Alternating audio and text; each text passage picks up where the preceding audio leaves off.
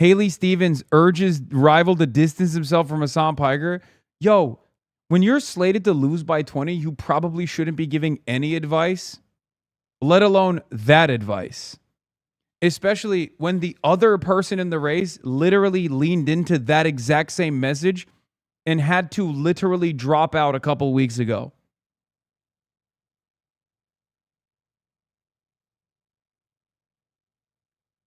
This you, bro? Stop with the slander.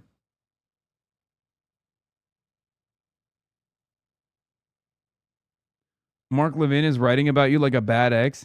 The Hassan Puker Democrats. Will the Democrats be wearing Mao uniforms at rallies like their mouthpiece, Hassan Puker?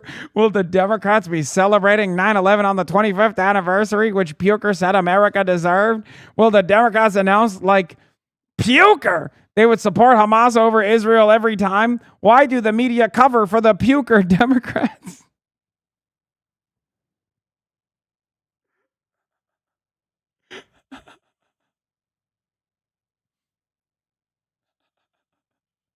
What can I fucking say about that, dude? I'm just retweeting it. That's it. That's all I'm retweeting it. Not even a quote retweet. He's goated. Mark Levin, he still got it, dude. Life, Liberty, Levin. Life, Liberty, Levin, that is the great one. It's not just Sean Hannity that calls him the great one. I call him that too.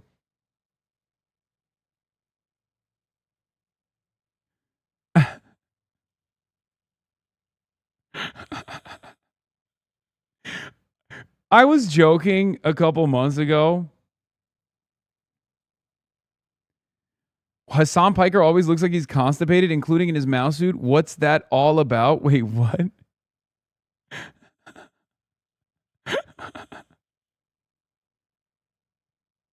Dude, listen. Yeah, we are Levin La Vida Loca, okay? Listen. A couple months ago, I jokingly said, it kind of feels like the Republican midterm strategy is just going to be Hassan Piker sucks and everyone needs to know it.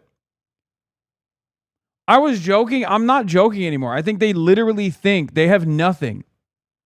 This primary needs to end. Oh my God, that's gross. Okay. I'm not joking. I think they're so desperate for anything they possibly can that they unironically are making this their midterm messaging. They're so fucked.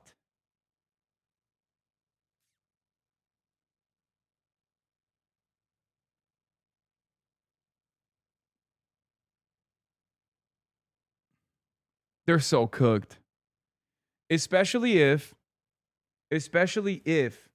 like for our folks, right? For the insurgent left, like what is the primary, what is the what is the way that the insurgent left is known by? It's the policies, right? It's the motherfucking policies. It's being bold and unapologetic. And I find it really funny that like their counter to that is going to be, well, Hassan Piker sucks. And they're going to be like, okay, well, I want to give you healthcare. My opponent keeps talking about a Twitch streamer that captivates the attention of the youth. Which is a better message for you?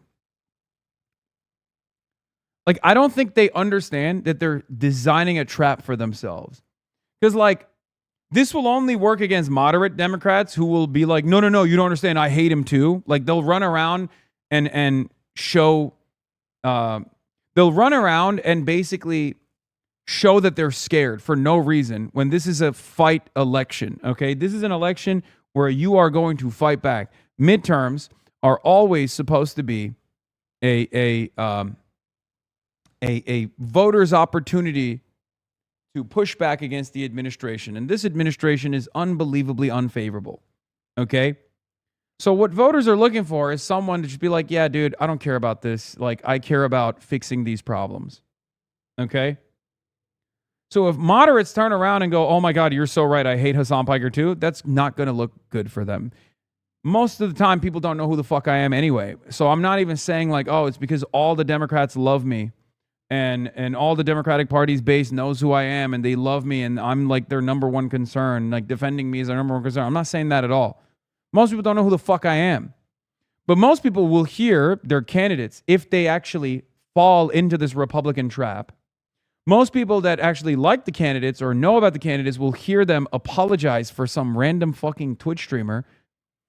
And they'll think, oh, well, I guess you're associated with this bad guy anyway, right? And they'll also think you're a pussy. So don't be a pussy, okay? Do not be a coward. Do not back away. Just either say, I don't know this person. I'm here for the policies. I'm here to deliver for my fucking voters, for my constituents. I'm here to punish Trump. I'm here to hold the Trump administration accountable. That's why you're voting for me. I'm not here to talk about random, tweets or whatever. And just move on.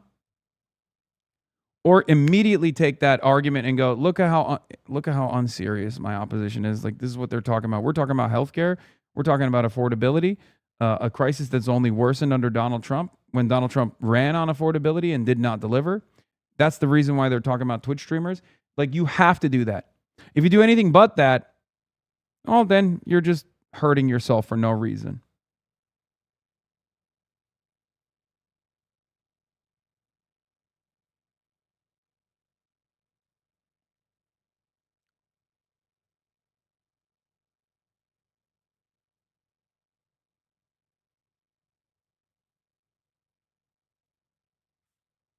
Do establishment Democrats talk about anything other than Hasan at this point? Do they really have any policies to run on? Yeah. Oh, this was Francesca Hong's opponent, David Crowley. This is what he had to say about me. Yesterday in Milwaukee County, Hong held a rally with Congresswoman Ilhan Omar and Hassan Piker. Mm-hmm. In June, when Hong appeared on Piker's show as part of a fundraiser, you issued a statement criticizing that decision, saying you would not appear with him if... and then he had to drop out. Just saying. Like, he issued that statement, and then I think like a couple weeks after he issued that statement, he had to drop out because he was at like 5% non-viable candidacy. Right. So where do you draw the line? How do you draw the line? And what is your thought process in determining where that line is drawn? Well, I draw the line where we are making statements just for clickbait, where we're making statements that divide us. I don't think that, I think that everybody has the right to say whatever they want. I believe in the First Amendment. But I do believe that when you're a community leader, when you're an elected leader, who you lend credibility to matters. And so we can build the broadest coalition without necessarily leading credibility to people who, in my personal opinion, is not doing any good or moving our party forward, is only focusing on dividing us, even within the Democratic Party. Really? I'm dividing the Democratic Party, with my divisive take on Israel, which literally the entire base of the party agrees with. Okay. And so for me, I draw the line on folks who speak destruction into reality. I draw the line on those who want to continue to divide our entire country and who don't see the big picture. Now, I don't know Hasan. I don't know his views. Then why are you chirping? You should have just said, I don't know Hasan. I don't even know why we're talking about him. Like, even in the primaries, I know you're trying to attack Francesca Hong slightly, subtly, whatever, but like, even then, it's so stupid. I've heard some of the things that really turned me off. And when I think about that, it's really about how do we create more unity? And so that's really where I draw the line. Yeah, he says, speak destruction in the reality. I'm Thanos, dude. I want to focus on, the things that make us better. I want to focus on joy. I don't want us to be building coalitions because we hate the same thing, right? I want to build coalitions because we believe in the same thing.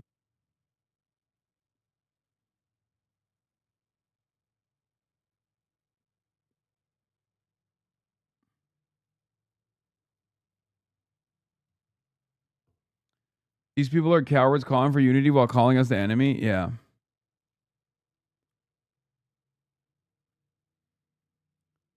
Bro, I mean, look, I'll be honest. I don't think anyone that I don't know, that I will openly admit I don't know, I would be comfortable saying is speaking destruction into reality.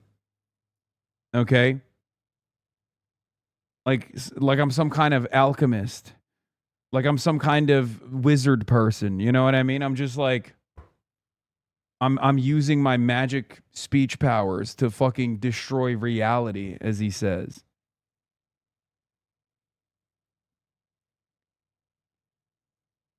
Ridiculous.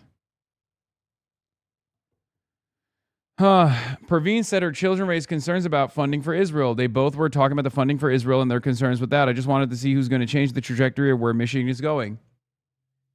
Dude, I'm telling you right now, my theory of Zoomers getting boomers out the vote is undefeated. Okay? This is it. This is it. And you will see this play itself out in the general as well.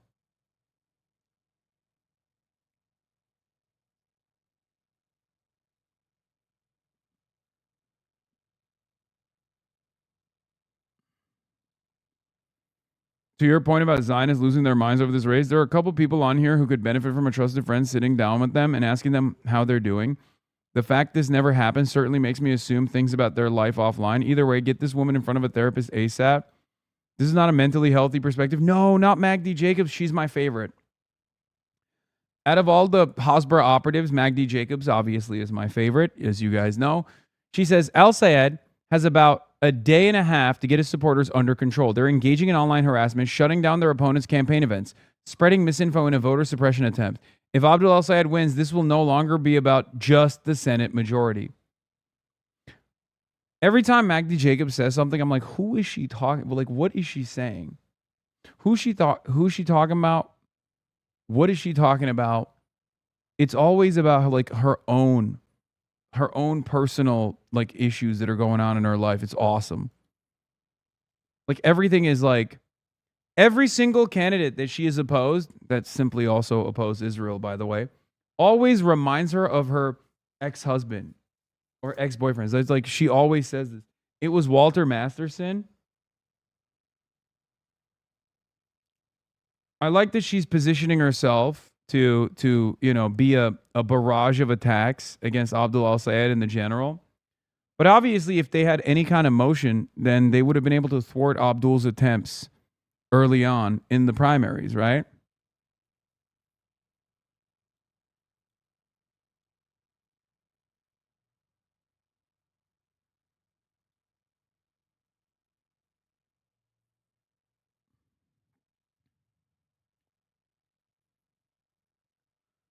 Anyway, speaking of which, 8 years ago, could you imagine back then where you would be today? Reminder that everyone has to start somewhere. Hassan the Hun in 2018. What's going on, everyone? How are we doing today? Hopefully there is no audio delay right now. There is audio in the future delay. We're not going to have any of these issues, especially because the boy is about to get a PC. That's the kind of dedication you get from me, Hassan Piker, the man of the people. That's the kind of dedication I have to streaming and never stopping posting for the rest of my life till the moment I goddamn die. I will never, ever stop posting. And what's the best form of posting, you might ask? Well, the best form of posting. Yes, I was streaming on a MacBook, dude. That's the only laptop I had for the longest time. I was streaming from the Fap Top. Streaming live every night for 4 hours. That's the best kind of posting because it compromises you in a very meaningful way. You know, you're ultimately you're naked in front of 200 people every night as you kind of decide, what topic should I talk about today? I don't know. Let's just reach out to the people and talk to them. That's basically how it goes. But in any case,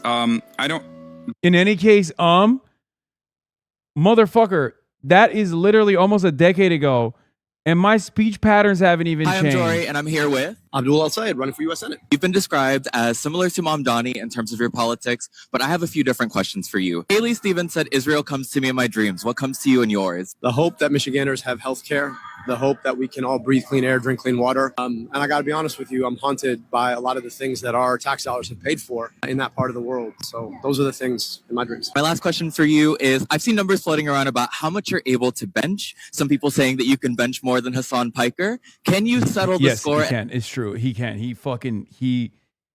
He chess mogs me every day of the week. It's kind of messed up.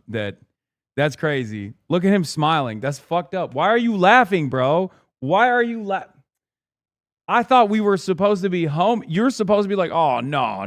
Look at him smiling. Look at him cheesing. And let us know how much you can bench. 355 on a good day, but definitely more than Hasan. He's Thank just you got so real much. long arms. You know what I mean? Like a matter of Oh, no. He's right. He's right. Oh, my God. I got ops everywhere, bro. Zero Sonic is one of your best chatters. Wait, why? Not the hanky? 2024. What is this? What the fuck?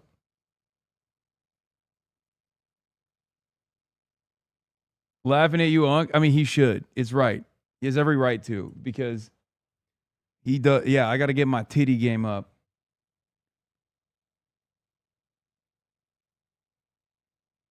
That's who followed you on the clip? Oh, damn. Been there since I had like 2 hundo. There is a delay? Oh, of course there's a delay.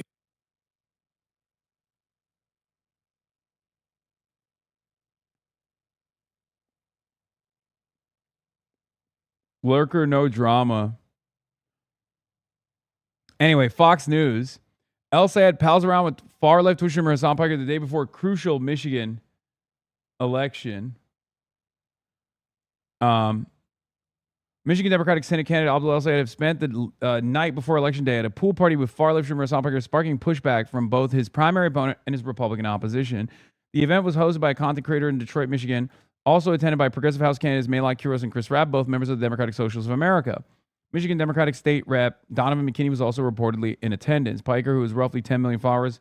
I love that they always say that. Anyway, they got not 1, not 2, not 3, but 4 different reporters on this article on the Maoist pool party beat at Fox News. Okay?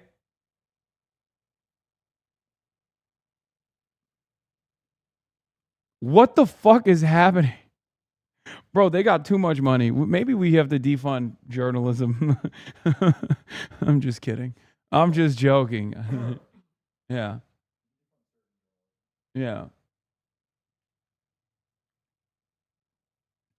Brother, 4 reporters. Anyway, between 2 last month, Piker drew backlash after resisting a group of college students while wearing an outfit resembling that of former communist dictator Mao Zedong. I never would and never will criticize Mao Zedong, Piker said earlier this year in a clip that recently resurfaced on social media. Piker has also said in the past that America deserved 9/11 and has made controversial comments about Hamas and the killing of United Healthcare CEO Brian Thompson. They don't even put the controversial comments anymore. They just say it. They literally don't even mention what it is. It's just established fact. Doesn't even need a hyperlink. Okay, that's crazy. While El Sayed has said he doesn't agree with all of Piker's positions, he's faced backlash for not distancing himself from the controversial streamer. No, he hasn't. Democratic Rep Haley Stevens, running against El Sayed on Tuesday night's Senate primary, was asked about the relationship between El Sayed and Piker in a press gaggle hours before polls closed. I don't believe Mr. Piker lives here in our state. I do think his rhetoric should be denounced. I do think that my opponent should distance himself from him. I don't know what they were doing last night at this pool party that was going on. Why is she making it seem like we were up to no good at the pool party? What the fuck? At this pool party that was going on, but I was with Congresswoman Hillary Skolton and Debbie Stabenow. Oh my God. Every time she has to bring up someone who endorsed her. Every time. Every motherfucking damn time, bro. That is wild to me. Anyway. Referring to Piker, Stevens said, some of this stuff just makes people uncomfortable. Frankly, it makes me uncomfortable. You know, we don't need these demagogues or people citing allegiance to Mao coming into Michigan, which is crazy. He's like, the borders of Michigan are closed to people whose political opinion I misunderstand and don't like. It's awesome.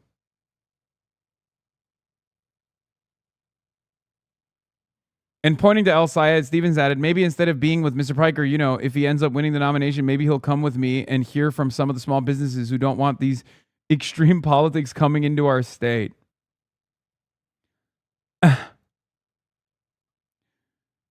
Instead of spending his final hours campaigning with Michiganders, Abdul Sayed spent it poolside with an anti-Semite and terrorist sympathizer who believes America deserved 9/11. NRSC Regional Press Secretary Samantha Cantrell told Fox News Digital in a statement. The campaign of the presumptive GOP nominee Mike Rogers also weighed in as voters head to the polls. We're getting ready to prosecute the case against Abdul, but it looks like he's already giving us a head start. This is giving fraud, not serious. And Michiganders are battling serious issues they need a senator to deal with, not someone who dances around LA and New York City influencers who thinks America deserved 9/11.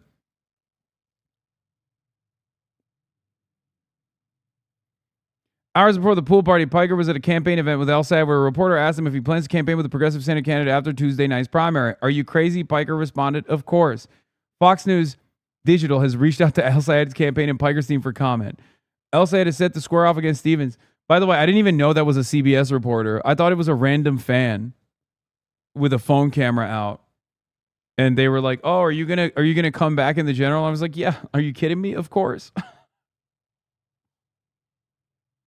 I like that they're positioning this as like, oh, in the general, Abdul is going to distance himself, which he might. I don't know. I mean, who knows? Who knows where the environment takes us? Okay. But the reality of the matter is, I'm a servant of this movement. Okay. I don't give a shit. Campaigns sometimes might make decisions that I'm at odds with. Okay. But ultimately, I want them to win. And I don't only want them to win, I want them to win and deliver for the people. Okay. This is what a lot of people don't realize. Tell the moms if Abdul wins, you're coming back with a tank top on. Yes.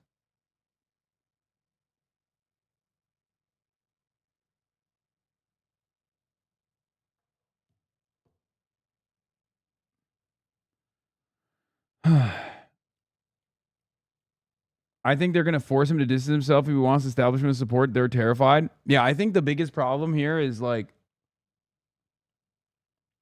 not necessarily like the frustration that I create amongst the Michiganders, like the voting population, but more so the audiences that I deliver are great.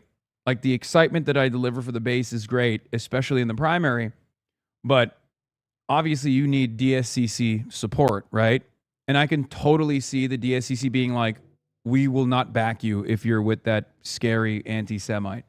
Because like at this point, and it has nothing to do with the electability arguments, but at this point, it's very clear that I have, unfortunately, developed far too much animosity and resentment, not from the voters. The voters don't give a shit overall, but I've developed far too much animosity from the party bosses who see me as a weapon that the insurgent left wields that threatens their center of power.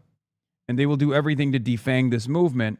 And of course, one of the aspects of this movement is obviously its propaganda apparatus. And I happen to be at the forefront of the propaganda apparatus. They won't do the same thing for like Majority Report or Breaking Points or Drop Site or Zateo, but they will consistently try to like take out one of the modes of communication because they have this weird belief that like I gain more legitimacy amongst the masses when I appear next to candidates, not realizing that my position on this has been clear from the start. I don't really gain much. Like I straight up do not. As a matter of fact, I would go so far as to say this. The only thing that has happened to me since Zoran has been all of these fucking campaigns, or not all these fucking campaigns, sorry. All of these media outlets that used to write these puff pieces, they used to talk about how like, I was I was the bro guy that was the Joe Rogan of the left. Every single one of them have turned on me. And it wasn't just Zoran. I think the Zoran victory initially was a wake-up call for some, but it eventually turned into hit piece after hit piece. CNN, CBS, even New York Times to a certain degree, they're not as aggressive, I've noticed. But like all of these other mainstream outlets, since I started taking a more hands-on approach with these campaigns, have totally changed their outlook, like their style guides on how they refer to me. Back in the day, it was just, Twitch streamer, podcaster Hasan Piker. Now it's turned into controversial streamer Hasan Piker. And that's the favorable coverage usually.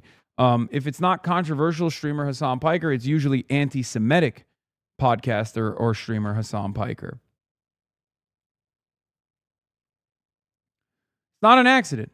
So the only thing that me campaigning with candidates have brought to me personally is just a shit ton of enmity, a shit ton of animosity, a shit ton of attacks, especially at a time when, like, obviously I need to gain support from liberals in general, and like liberal outlets need to, stand in opposition to the Trump administration's actions. Because the Trump administration has not made it a secret that they are interested in prosecuting people like myself. Okay?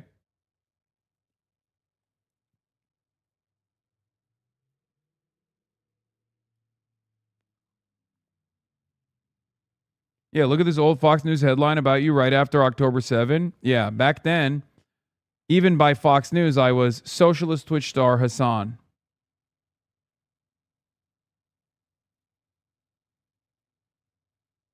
Socialist Twitch star Hasan Piker raises $1 million for Palestinian aid.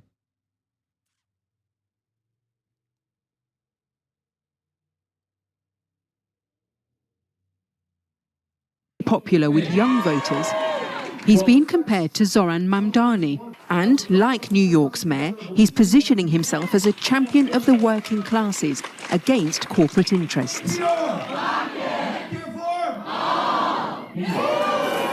For many, this son of Egyptian immigrants represents the change that's needed for a party that's hit its lowest approval rating in decades.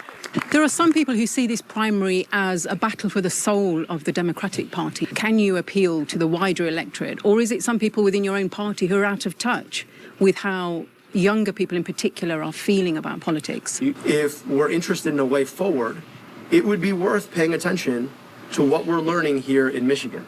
What is it about this movement that we're building that inspired this many folks to come and be a part of it? But that movement has been criticised by some for including the likes of this man. Hasan Piker, the left-wing activist currently banned from the UK. He says because of comments on Gaza. The Home Office says because his presence isn't conducive to the public good. We should not feel comfortable about our governments taking action like this. And what about some British Jews who say they feel uncomfortable that some of the criticism of Israel does tip over into anti-Semitism? Yeah, no, I totally understand that. Totally understand that. It's something that I oppose. Anti-Semitism is something that I fought back against. Do you think that could harm Abdul Okay, dude, that edit is fucking ridiculous. Hasan's campaign being associated with you? No, I don't think so. Will it put off some voters? No, I don't think so. I don't think so. Al-Sayed says he doesn't support all of Piker's controversial views. But he says the Democrats need to ask why those views are so popular. To find out, we're at Weavers, Park Boxing Gym Park Community Centre, in the heart of Dearborn. Yeah, well, they posted the full interview already, and in the full interview, they have all my comments. This only has like 2,000 views an hour ago. The full interview actually might go viral, I think, because it was really good. The first city in America. I'm glad that they fucking put a lot of shirtless boxing edits in this instead of my comments about like British politics. With a majority Arab population. 1 2 1 2. It's owned by former professional fighter Manib Salmani, born and raised locally to Iraqi parents. He describes himself as a swing voter. I'm not even a Democrat at all, to be honest with you, and most of my political beliefs are conservative. But he's been inspired by Al-Sayed, in particular by his messaging on taxes being spent on foreign wars. That's a big problem because you're starting wars on all fronts Lebanon, Palestine, Iraq, Iran. There's so much problems. There are some people who say that why are you letting foreign issues influence how you vote locally? I understand, but the problem is our money's made here in America and then given away. That's what we don't like. Who comes across better on socials? Oh, Al Saeed, 100%. Carlton Borg is 19 and will be voting for the first time. His family owns a construction company, and he says many of their customers are struggling. So, I mean, even groceries, gas, stamps, I mean, everything is just gone. Abdul Al-Said's message about the cost of living, that's something that is really important to you. Absolutely, absolutely. And on top of that, he doesn't take any corporate PAC money. So that's my biggest thing with, Haley Stevens. She's taken over $40 million from APAC.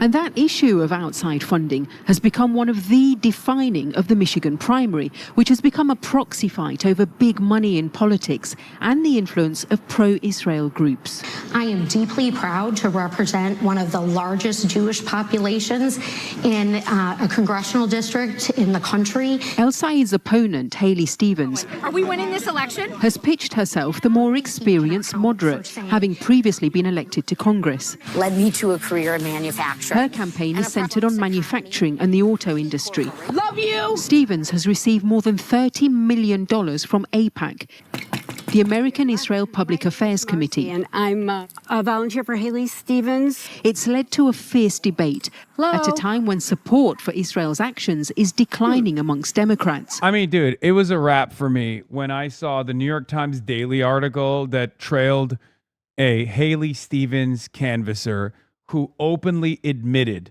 to the New York Times that she literally did not like that Haley Stevens was getting so much money from AIPAC and that she hated AIPAC. It's over. What can you fucking say? What can you say at that point? You're just duping old boomers who still want to believe in the electability narratives. That's it. There is no more decline for Israel support in the base of the Democratic Party. It's gone. When you have people who feel shame while they're like stumping for a fucking campaign, while they're canvassing for a campaign, that their candidate is, you know, they have this belief, there's the suspicion that their candidate might be the most electable, but there's nothing else there for them. It's over. Car door open, but no one in there. But it's a debate that is making some activists feel uncomfortable. I'm Jewish. It matters to me, but that everything is coming down to that. That's the culprit for everything that ails our country. It just is absurd to me. Has it been quite a bitter campaign? Absolutely. Whichever candidate wins here may influence the future direction of this party and perhaps this country. The Democrats are confident they can keep this seat blue. What may be much harder is healing the splits within their own party. In another case, another political battle, tomorrow voters will have their say in Michigan's Senate Democratic primary. Moderate Democratic Congresswoman Haley Stevens is facing off against former public health official Progressive. Fake tappers talking shit about you on CNN right now. We will. Okay, guys, calm down. Like, what do you want from me? Fake tapper talking about you? Okay, everyone, chill. It's fine. Yeah, bro. At this point, it's not really. Not just meal kits, and it's not just groceries. It's both. Fuck. I can't even.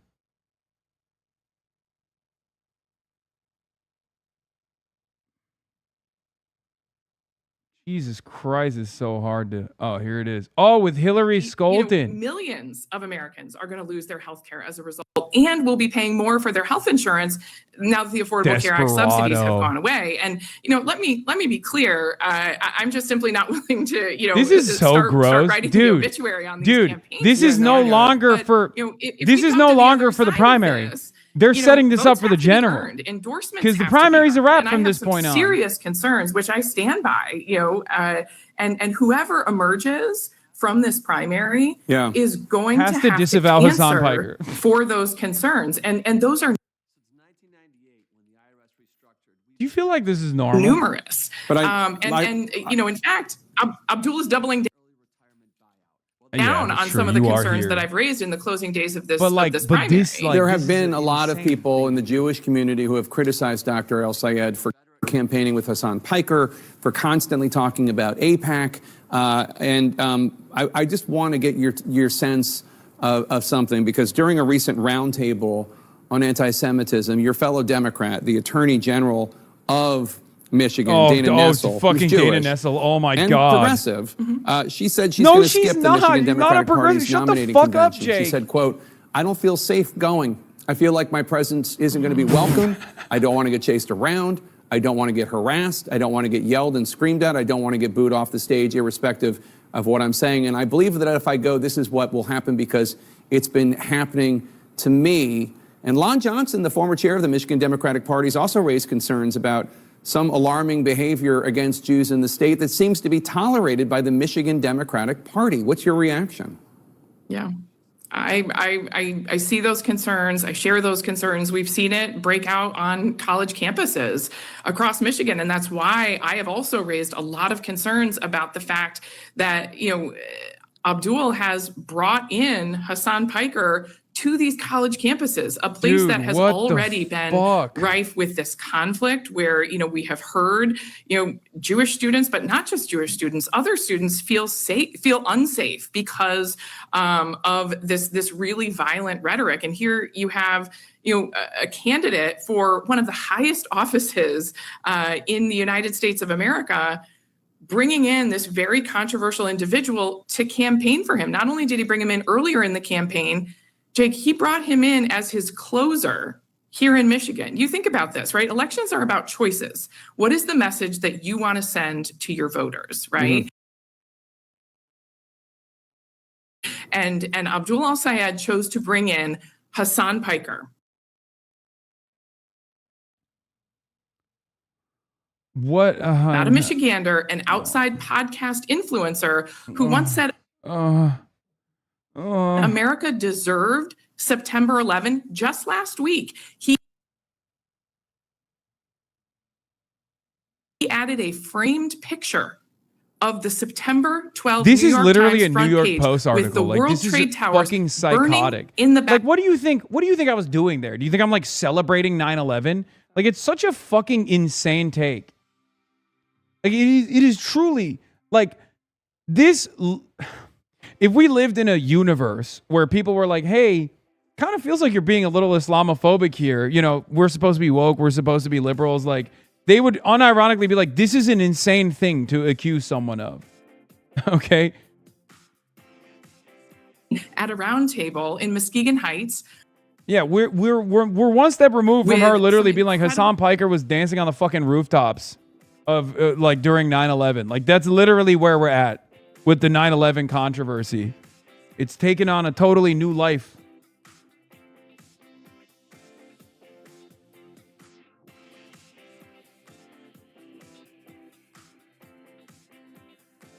Branch is now one step closer to being confirmed as U.S. Attorney General. Can President Trump's former Yeah, this is fucking nuts, dude.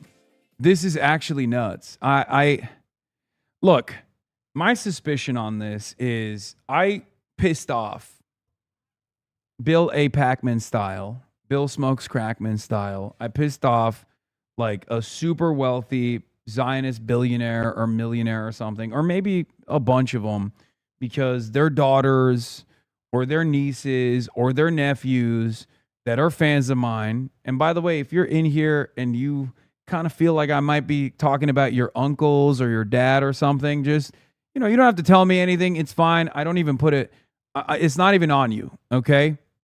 But I assume that like a bunch of either like media executives or something have like now anti-Zionist relatives because of me. And they are fucking so aggro about this, where they think like from their perspective, it's not even just about like the insurgent left movement as much as it is about like taking my ass out. The reason why I say that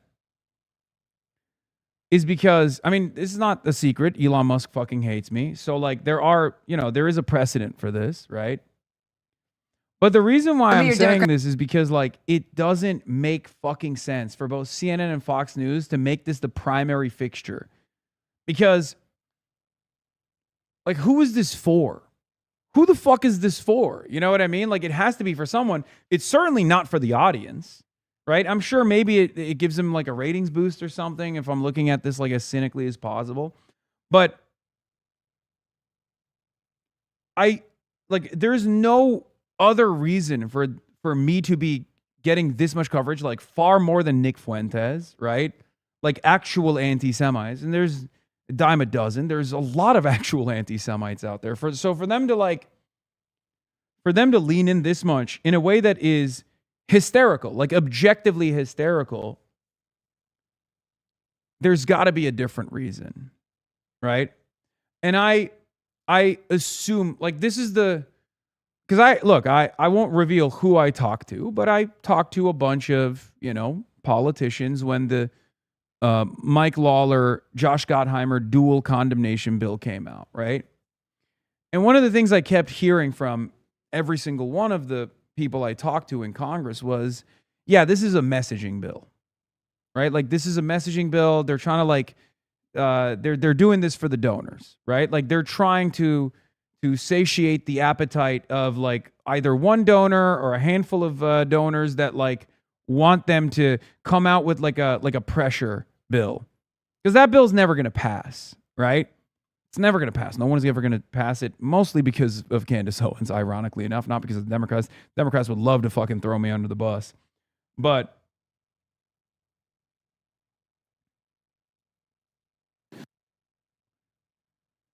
most of the attacks are coming because it's like, this is a way to say to the donors, like, who are asking for it, that you're doing your bidding, you're doing their bidding, you're taking it seriously, knowing full well that it's not going to pass anyway, right?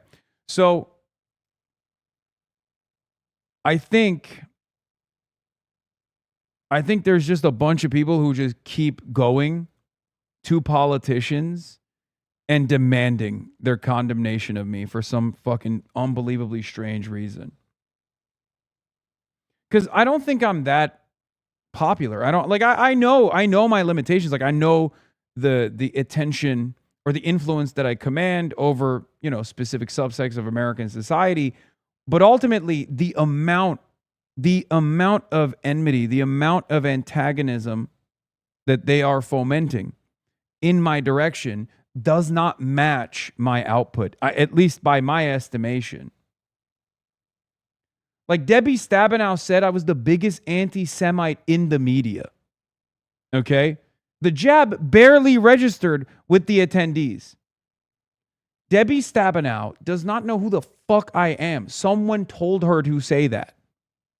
I'm sorry. There's 0% chance that Debbie fucking Stabenow knows who I am, knows my commentary, and has developed this, like, developed this perspective on what I represent in media. And now she's saying I'm probably the biggest anti-Semite in media.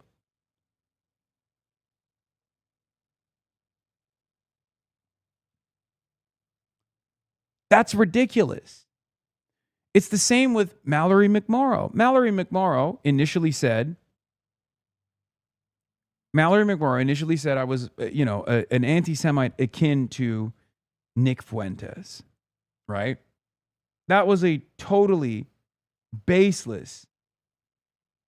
And really heinous smear. Where does she get that? She didn't see the clips or anything. Someone gave her a talking point.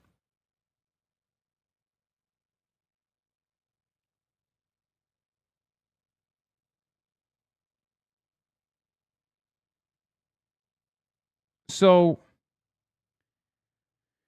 I don't know. I guess from my perspective, I'm like, why? Why are they doing this?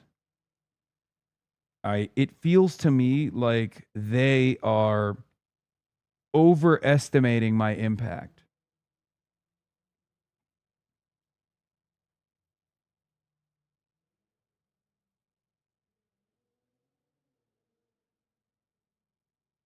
You know? That's like when Cory Booker admitted to not knowing who you are and just believing what his staff told him. Like, it's insane. I know. We're gonna watch the CBS interview. Hold on. We're gonna get there right now. Let's continue. Abdul Al-Sayed. Now, the race has turned into a huge reflection of tensions within the Democratic Party. CNN chief data analyst Harry Enton joining us now. Oh, my God. All right, Harry. Holy Toledo. Kalshi predictions say Abdul is up like a rocket ship. Who looks to be the favorite in this particular battle in Michigan? It's not even particularly close. I haven't seen an election like this since 1907. A big thing because people are looking at it as, again, is this a harbinger for things to come? Yeah, I think that tomorrow Abdul Al-Sayed will deliver the biggest blow so far against the establishment of the Democratic Party because he is the heavy favorite going into tomorrow. Just take a look at the prediction market odds. Okay, chance to be the Michigan Democratic Senate nominee, Abdul Al-Sayed. Look at this. He's up to a 98% chance according to the Kalshi prediction market. Dude, it's so funny. Look. Before he even gets there, he's gearing himself, he's tuning himself up to start going crazy mode. He starts off normal. He's like, well, this is going to deliver a decisive message to the Democratic establishment. Look at this. He's up to a 98% chance according to the Kalshi prediction markets, way up like a rocket compared to where he was on April 3rd. Way up like a rocket. When he was just a 28% chance just a few months ago. The bottom line is this. You look at all the data that is out there. Abdul Al-Sayed is the very heavy favorite going into tomorrow. And, of course, he is backed by a lot of folks on the left wing of the Democratic Party. And at this point, as I said at the beginning, he looks tomorrow to... I wonder if Holy Toledo knows who I am and knows how much we love him on this broadcast. Harry Emden. One day we'll meet Harry Emden, chat. It'll probably be sad because he probably doesn't fuck with me, but it's fine. We love him regardless. He has to. He 100% knows about you. Yeah, but probably not a fan. You know what I mean? I wonder if he knows that he is a recurring character on this broadcast. That's the real question. Deliver the biggest blow so far against the establishment wing of the Democratic Party. Give us some sense of just the amount of anger that is there, really at incumbents. Yeah. Not at, just a particular person, but at incumbents, at people who are the establishment. Sarah, I think this is part of a larger story within the Democratic Party, right? That is why tomorrow is so key for understanding where the Democratic Party is right now. And you can see it nationally. What do Democrats want? Democrat and Democratic leaders who think the party needs at least major changes. Look at this. In 2022, it was just 33%. Look where it is now. The clear majority of Democratic voters are those who lean towards the Democratic Party. 57%. A clear majority believe that the party needs at least major changes. Okay, I think what this means is better things are not possible, and running on electability and then telling people that the opponent is hanging out with a Twitch streamer at a Maoist pool party with Matty Maroon. Maoist pool party.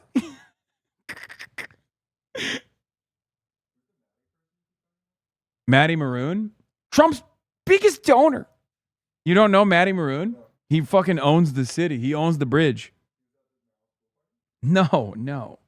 Matty Maroon is the Maroon family is like very wealthy. Matty Maroon may not be gay.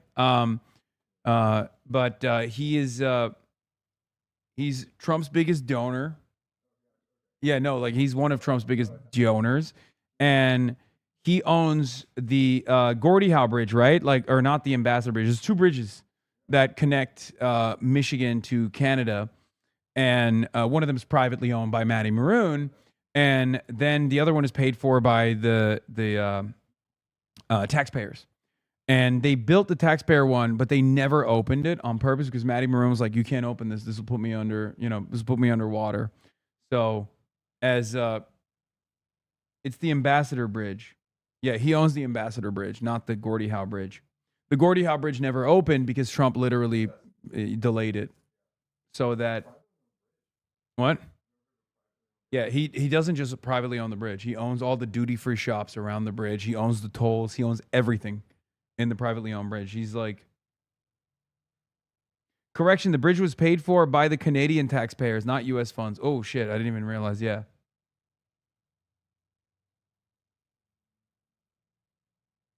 Uncle Sam talking about you? We did not add this music. Live from Texas, this is the Will Cain Show. Do they think Fox News put that music up? Kingmaker. He's the visionary. That's so funny. He's Sam is such a boomer for Democratic this. Socialist, and it's his party, Piker's party, and that party has an invite list, and he has a vision, not just as who should be elected to office, but as to the future of the Democratic Socialist of America. When asked a very interesting question about what he would add to the platform, here's what he said about the future of the DSA. Arrest and prosecute and bring about corruption charges for every prominent member of this administration that is engaged in corruption. Prosecute and arrest ICE agents that have also done crimes as well on the job. Bring out the secret police. This is a fan made. This is clearly the Hasanabi Productions edit, but kudos. Did they do this? Yes. You can tell. Okay. Sam This is is not such a- how he started Sam the is show. so unk. He thought Fox News made an aura But that edit was for me. Hasan like a few days Saying ago. if somebody did fraud, they should face legal consequences. What a radical. I mean- secret police. And this idiot, he's doing it in secret, but he announced it on the microphone. I mean, the honorable thing to do would be to charge Olympians for cutting up the reflecting pool. That's the one. Trap them. That's what the federal government True. should be focused on. Janine Pirro totally let that one go. Yeah, I can't believe Will Cain, who is the greatest advocate for Maoism in the country, unironically, like he is the DSA's strongest warrior. Like a lot of people will say, "Oh, Hasan, like you do a lot for the Democratic Socialists of America. You're like the chief of propaganda for the socialist movement." It's Will Cain. People don't understand. He always interviews DSA members. He always talks about the DSA, and he's so bad at like trying to position the Democratic Socialists of America as like this nefarious force that it always comes across like it's a promotional video. So I can never hold a candle to Will Cain and the Membranes' heroic efforts, Herculean efforts to lift up the working class movement and the Democratic Socialists of America. Wonder what we've seen so far is incumbents go down to defeat the House of Representatives. No wonder what we've seen so far this Democratic primary season is the establishment losing and losing and losing again in key races. And no wonder that Abdul Denounce is favored tomorrow, because the Democratic Party's voters at this point are so upset with the establishment. They're saying anything else, please. And Abdul Denounce, who just 8 years ago during Trump's first term got blown out running for Michigan governor against Gretchen Whitmer. Chill, dude. Chill.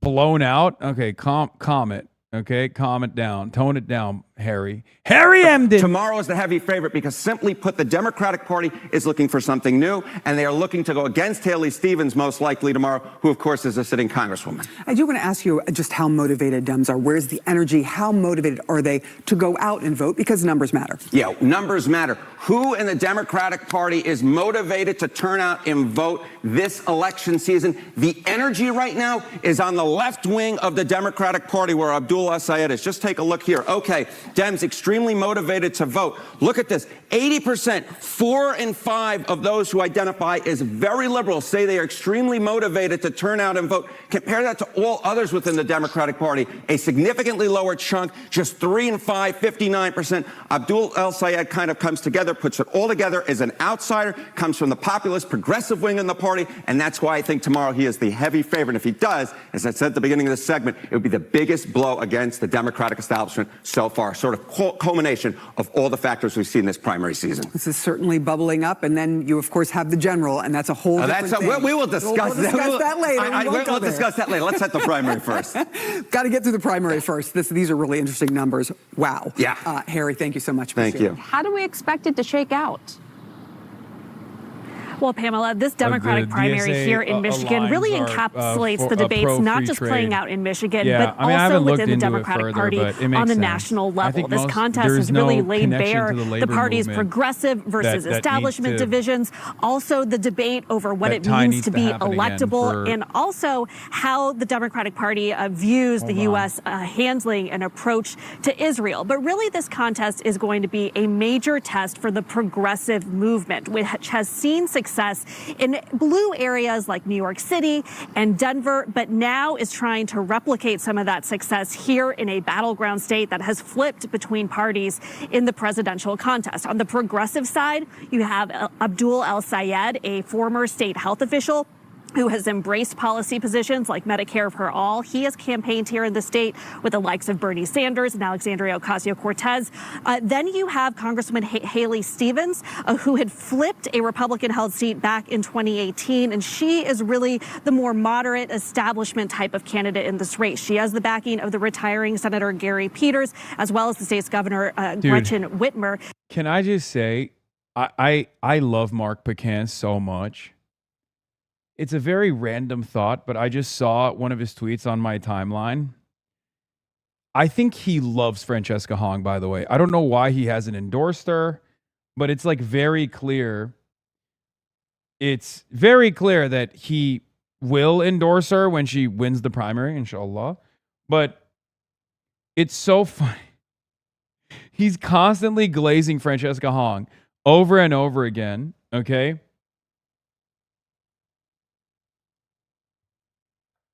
Mark Pecan, he's one of the best non-socialist progressives. Yes, for sure. He does not like her. Yes, he does. 100% you're wrong. Are you kidding me?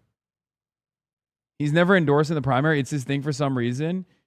Yeah, he absolutely loves Francesca Hong. I will go out the bat for this. 100% you're wrong. Okay? His recent tweet about her is so funny though. First of all, here, let's show you some stuff, okay? A couple days ago, he did the Odyssey tweet, Odyssey Medicare for All, which I thought was really fucking lame, but cute.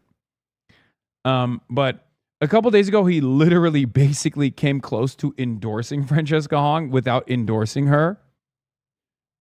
I forget where it was, but he tweeted about her, okay? Retweet Abdul. Wait, why? What did Abdul? Why am I retweeting Abdul? Why are you fucking saying?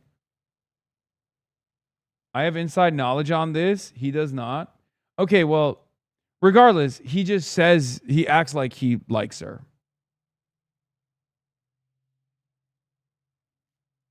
Son, can I be your camera guy? I quit streaming. Vouch for me, chat. Yeah, in the future, but you failed on your first mission, and that's why your mom would have loved you coming out here and roaming the streets of Detroit, stumping for Abdul, stumping for Donovan McKinney. Like, you really fucked up.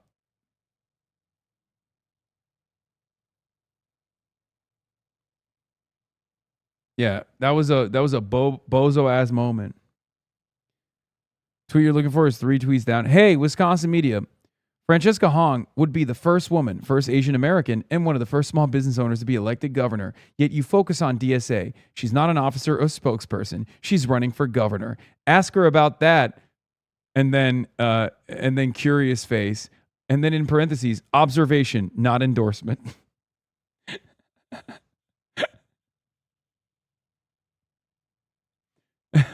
And then here he says, candidates give bad interviews sometimes. They better grow from it. The governor has a right to endorse and campaign for people. Get over it. People have a right to run, even if they get single digits. I may not get it, but it's their right. Did I piss off a little bit of everyone? Smile. So yeah, I do think that he will endorse her when she wins the primary for sure. I did fail. I'm sorry. Don't act like you're sorry, bro. You fucking failed to show up. It's fine. It's fine. I won't hold it against you.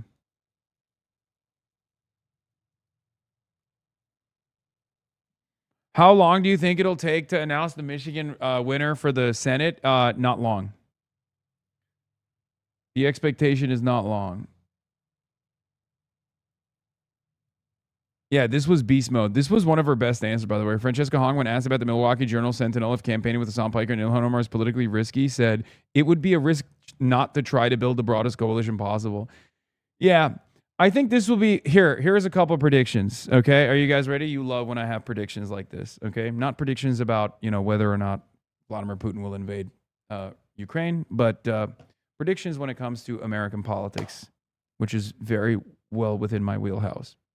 Number one, I predict this will be the last cycle where we will ever have a statewide elective that shies away from a DSA endorsement or even a DSA affiliation or even being a DSA member. That's number one. Number two prediction will be in the aftermath of the midterm cycle, campaigns and candidates will not do this like hand-waving bullshit. Even like Francesca in this situation is like making it seem as though this is just an effort like to build a broader coalition when it comes to coalescing around or cooperating with your boy. Those are the two predictions that I have. Now, both of those predictions could fail spectacularly given the midterm performance when the general comes around. So we shall see.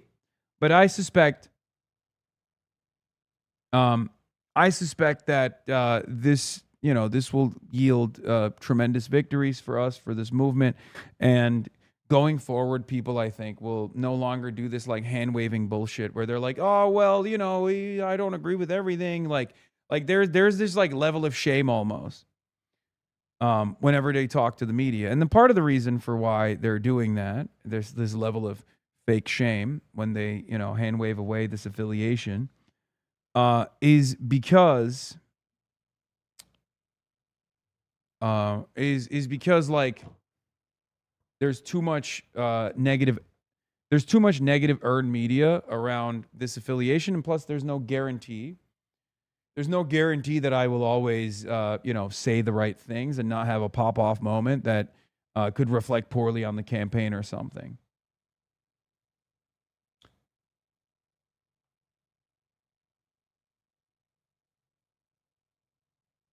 Your coverage has had me saying, what gives too much? Yeah, I saw this. I'd vote for a communist first clip. It's beast mode.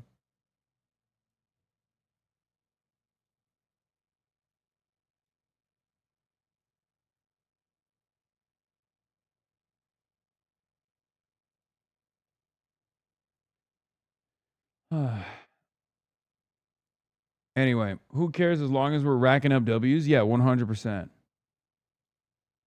100%. I saw it. Bitch, not me. Okay. Sorry, guys. We watched it on stream, but we should watch it again because M-Max hasn't seen it yet. Okay? All right. Apologies, M-Max. I'm so sorry. There are 40,000 people in here, but you, little old you, didn't see this fucking clip, so we're going to rewatch it. I just wouldn't want a single of our family's tax-paying dollars to go towards something like that. I do love it's her, like though. Giving money to violence. So would you support a Senate candidate, in this case Haley Stevens, who's more of a moderate like you tend to like, but would that be enough? That would definitely turn me off as 100%. I couldn't. I would vote for a communist first. I just wouldn't want a single of... Beast mode. Embrace Hasanabi thought. Beast mode. Had you on audio. Can we watch it again? No. You can rewind, by the way, as long as you subscribe. Ladies and gentlemen, you already know what it is. As long as you subscribe to the People's Broadcasting Service, PBS, Piker Broadcasting Service, your voluntary subscriptions are the only way to support independent media, support the broadcast. There's no other way that you can do so. But if you want to, you can subscribe voluntarily for $6 or for free with a Twitch Prime. You can rewind. You can also use the emotes, the cool emotes all around the platform if you would like to. You also get the opportunity to send me links with no guarantee that I will click on them and a guarantee that I will get annoyed if you keep spamming them, for example.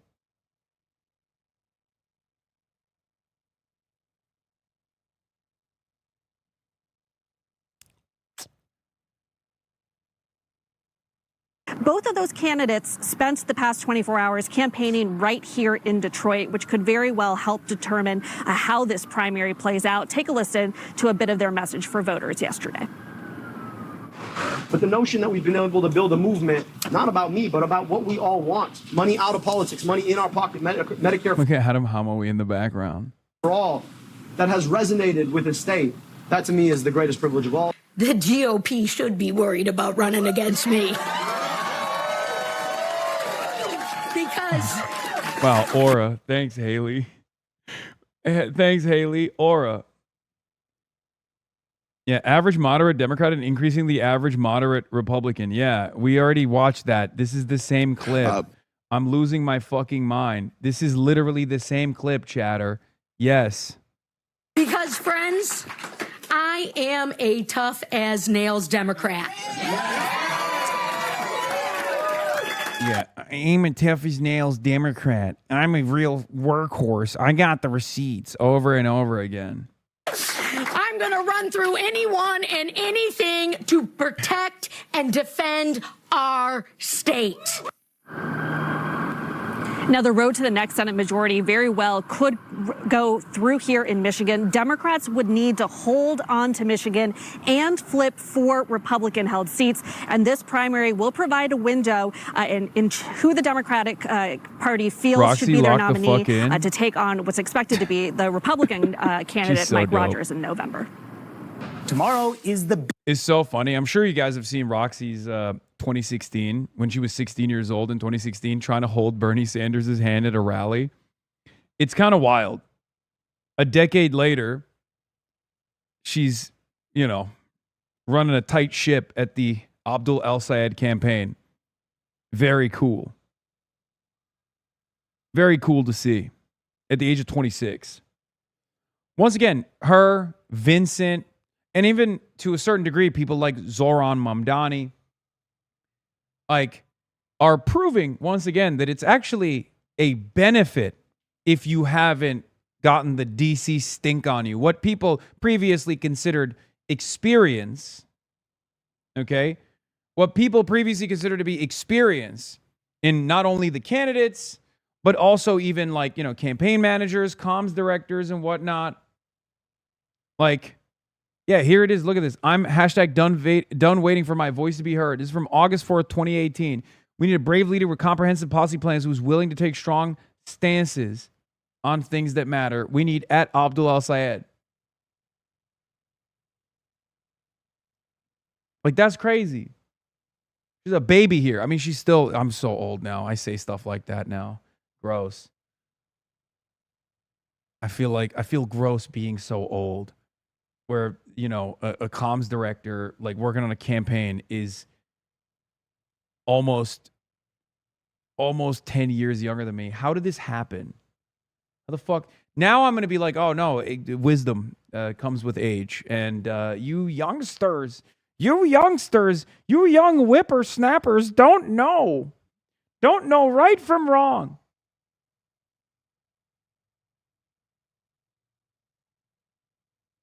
Yeah, I got to change my name from Hasanabi to Hassan Baba. biggest test yet for the far left, trying to shove aside establishment Democrats. In Michigan, millions of Democrats will choose between progressive public health expert Abdul El-Sayed and the more moderate Congresswoman Haley Stevens. Yeah, I'm basically the new James Carville, where what's going to happen, 25, 35 years from now, where I'm basically James Carville, 40 years from now, where I'm like, America's not ready for a Maoist third worldist. It doesn't make no sense. There's no peasant base. Who are you activating? Oh, look at this guy. Look at this guy. Oh, I speak fluent Mandarin. That's what he says. He says I speak fluent Chinese. He's talking about doing the long march.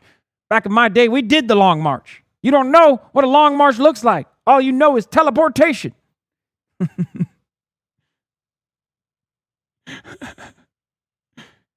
These guys want to do Maoism in the United States of America. Everybody knows we got our own version of Marxist-Leninism. Abide by the party line. Don't stray away with this Maoist talk. This is a future where America is run by a single communist party, and I'm the The James Carville of that system.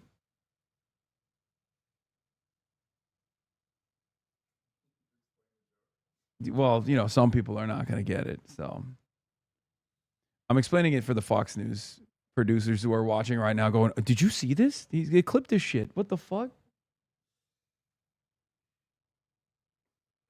Yeah. We did the long march in the polls. It was the Democratic Socialists of America. Back in my day, that's how we marched. Incremental reforms. Reform over revolution. Nowadays, these party cadres are talking about a long march. Anyway, what is this? No getting around the fact that nominating Al-Sayed, Lawrence, and Hong would be absolutely astounding acts of stupidity by the Democratic voters. I'm sorry, but if you have even a slight degree of sanity, this is fairly obvious. That's awesome. Party consultants now cutting out the middleman, people like myself, and directly yelling at the voters. They'd be like, what are you doing, stupid? We've arrived at the lashing out stage of the Democratic operatives losing control of the party. The seeds of the Democratic Lincoln Project are being planted as we speak. Democratic voters showed an extraordinary amount of deference to their party establishment given everything that's happened in American politics over the past 20 years, and the clock finally just ran out. Don't be mad at the voters for knowing what time it is.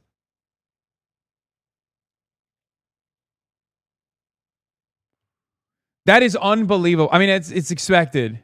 It's expected, but it's still like so shameless to just get mad at the voters for their preference in a democratic process. Awesome.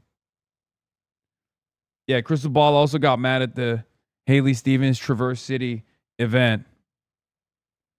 So what an utterly insane thing to say, and she's right. Hold on.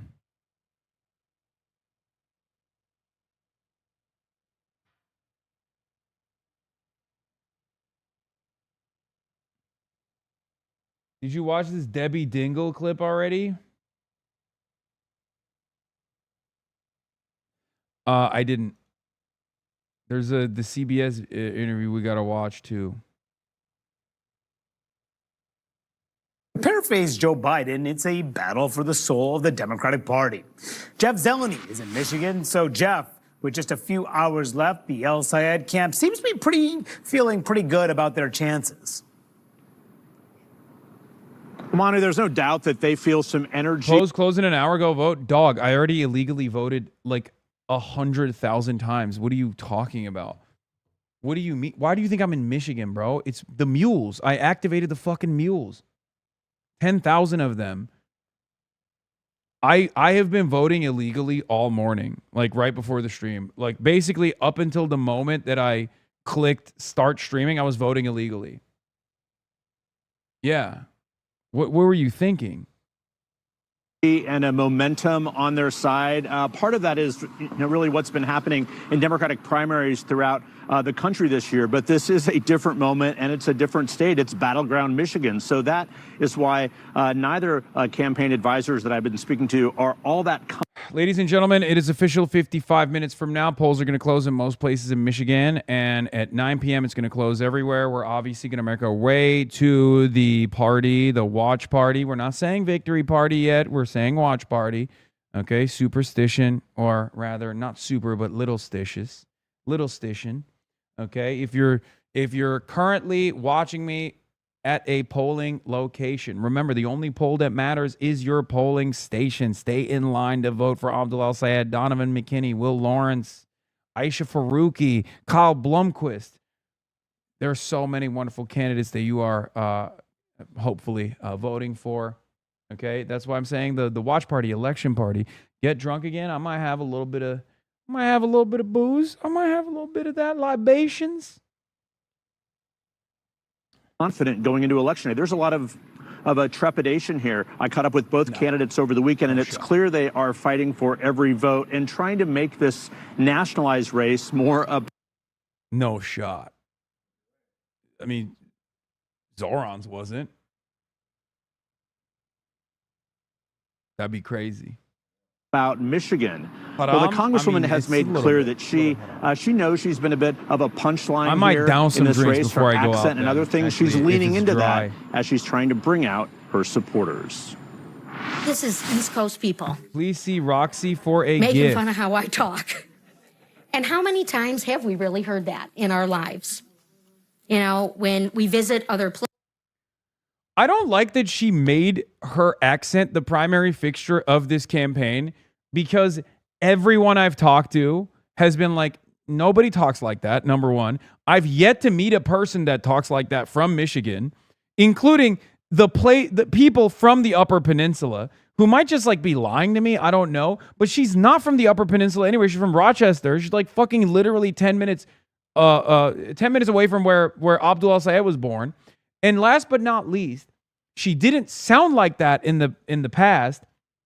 And it's very clear that she hams it up to do this like, oh, I'm just a silly yokel, don't you know? Oh, I'm just a real working class gal who has, earmarked $74 million in outside expenditures, who got $50,000 from DTE. Like, you're not like a regular working class person. Like, it's so ridiculous.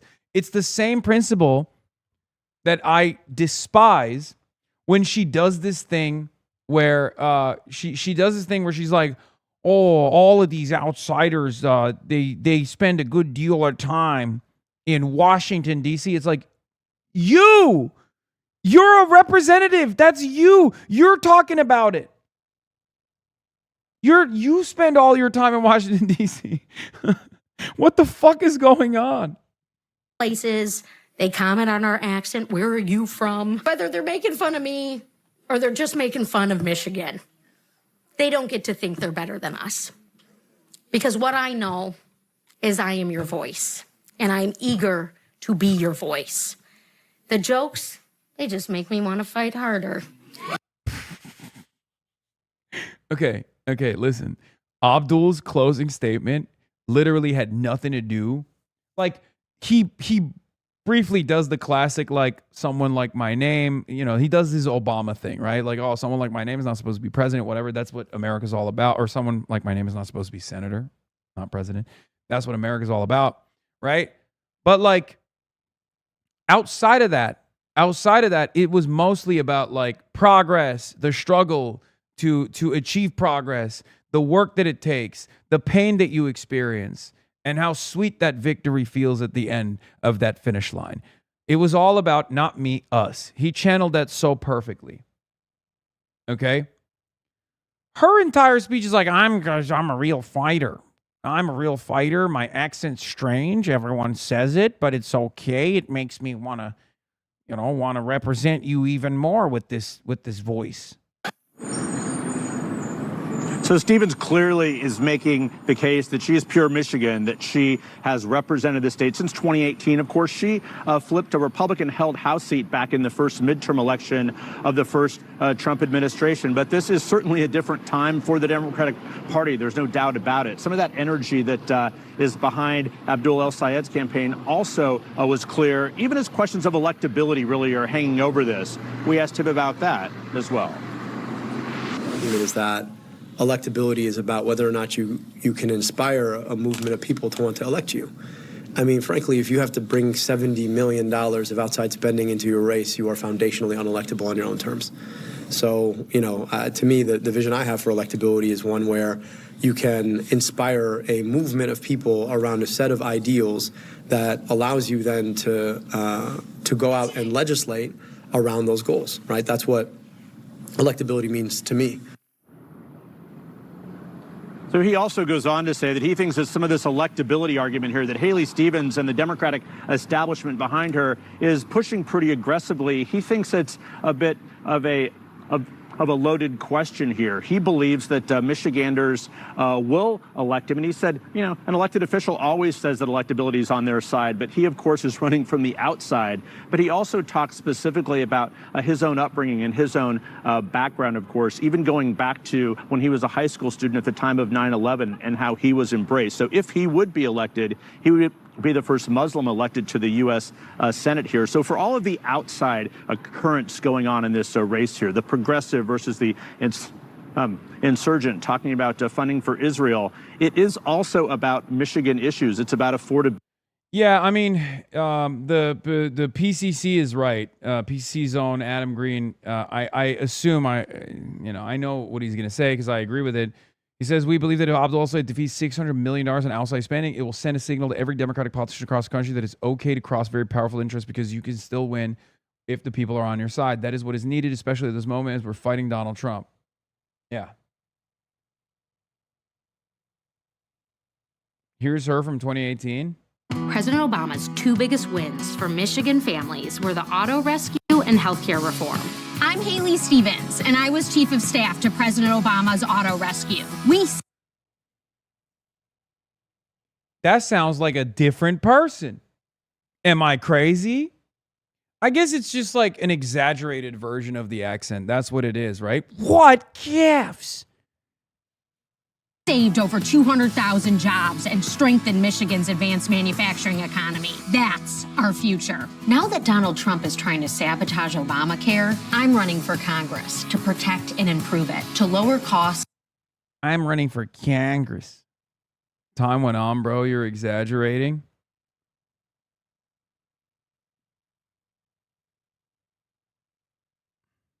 And get more people covered.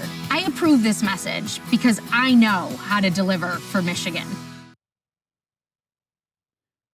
It's not just her voice. She also does those bizarre mannerisms where she puts her shoulders all the way up to her head and leans like a goblin.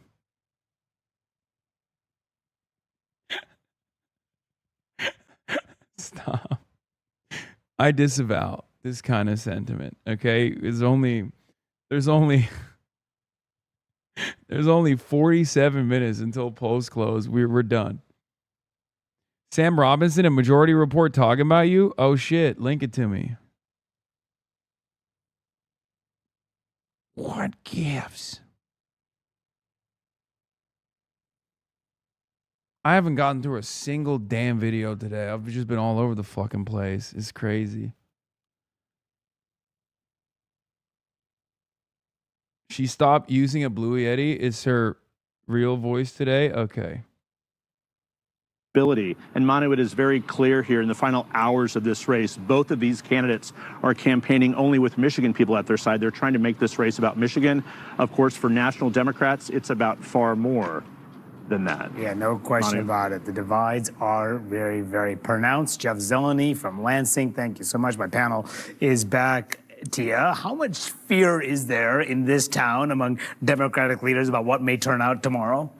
A lot of fear. And I think their fear is rooted in the fact that the polling, the excitement, the intention seems to be favoring El Sayed. Now, of course, it's Michigan voters get the final say, and we don't know what's going to happen tomorrow. Haley Stevens could pull it out, but, you know, I think she's the underdog right now, and they are concerned about electability. They are concerned that someone as progressive as him, I think we cannot ignore the fact that he's a Muslim and a person of color, and people's concerns that. Oh my God. Oh, I'm sorry. What? Did I hear that correctly? What the fuck? Yo. Hey, yo. That is insane. There's a black woman saying this. What the hell is going on? Will not be palatable to voters in the middle. And that's actually kind of, I mean, I guess I should feel a little bit like, I guess it's just her saying the quiet part out loud. You know what I mean? Like she, at least it's better that she's like being open about it instead of doing like like Abdul is, a sexist, misogynistic terror lover or something. But I'm just making that argument totally randomly. You know, not because he's Muslim. I'm not being Islamophobic. I'm just explaining to you. Progressive as him, I think we cannot ignore the fact that he's a Muslim and a person of color, and people's concerns that will not be palatable to voters in the middle. And so there's just a lot of concern about electability. Like, can you imagine if I went on CNN and was like, we can't ignore the fact that Haley Stevens is a woman? Like, Like, that's a huge L. Being a woman is a huge L. As a matter of fact, I know exactly what that would look like in the media because Bernie Sanders didn't even fucking say that, and people were claiming that he did to Elizabeth Warren. So we know how the media fucking reacts when it's someone that they don't like. When it's someone that they want to take out. That's crazy.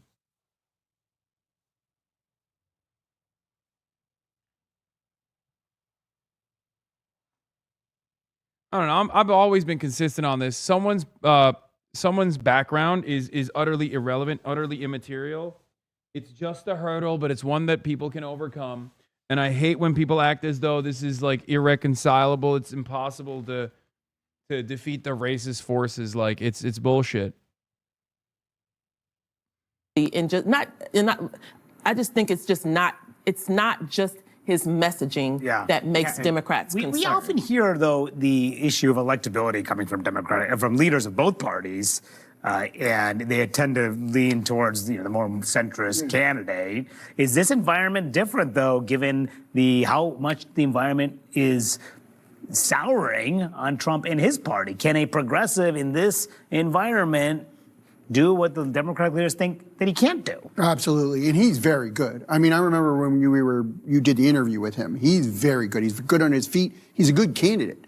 I think he's a lock. Honestly, I think the polls. I don't think it's that close. I mean, a lot of the polls have him up double digits. Yeah. I mean, some their internals. Oh, it's close. I don't think it's that close. The thing to me is Whitmer and Schumer and everybody else has been so hard behind Stevens. Can they turn it around in 90 days and be like, oh yeah, we want El Sayed, of course. You know, we were behind him the whole time. Yeah, we love him. This guy here's our guy. Right. So for me, this is a very difficult point for them. I do think that Rogers is going to have, Mike Rogers, the Republican candidate, he's going to have to defend Trump. It's going to be, the race is going to be, El Sayed has all this baggage, and it's versus Trump and the economy in Michigan. And I think that's going to be, it's a fascinating race. And when we see this divide play out throughout this race on the issues, among the candidates, and among some of the surrogates, Hasan Piker, the controversial left-wing podcaster, streamer. Calm down, bro. What? This is, it's extra bad today because it's like I've been all over this campaign, so. Yeah.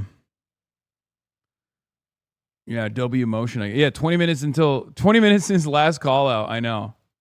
Has campaigned with Abdul Sayed. He's campaigned with other of the more progressive candidates in the House and House races as well. And this is what James Carville, of course, the famous Clinton strategist, said about Hasan Piker and whether there's room in the party for both of them.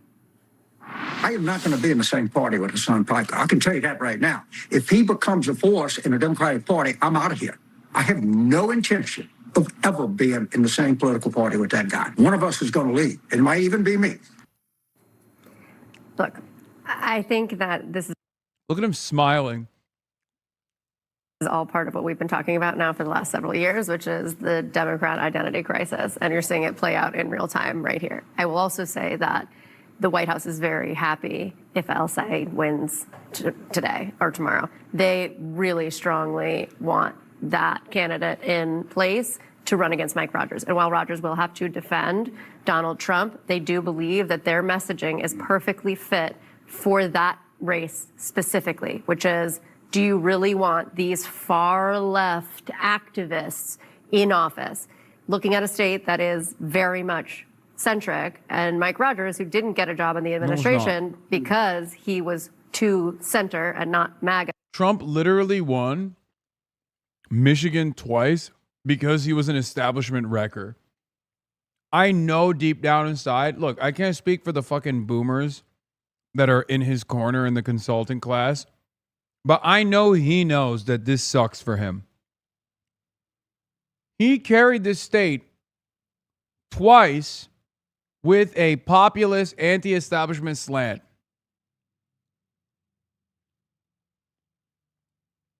Enough. Yeah. And to that point, they want al-Sayed to win. Mike Rogers was out with a web ad this weekend going after al-Sayed, and you can see the argument coming from him already if al-Sayed is the nominee. By the way, this is partially why it's important to protect our left flank, and to a certain degree, even myself, right? Because they will attack anyone and everyone, and if the faucet breaks on any point, then they'll pounce on it, and they'll use that association to go after every single person. Because Mike Rogers' ad was AOC, Bernie Sanders, Zoran Mamdani, Abdul al-Sayed. Right? They were like, oh, this is the commie Trojan horse. That's the whole point. They will use anyone and everyone on the left that they possibly can to prop up as villains, and then they will prosecute that case off of the association that you have with those villains that they've sufficiently besmirched, sufficiently destroyed the reputations of. That's why it's very important to hold the fucking fort down and not be silly and stupid and cave to like right-wing framing on issues.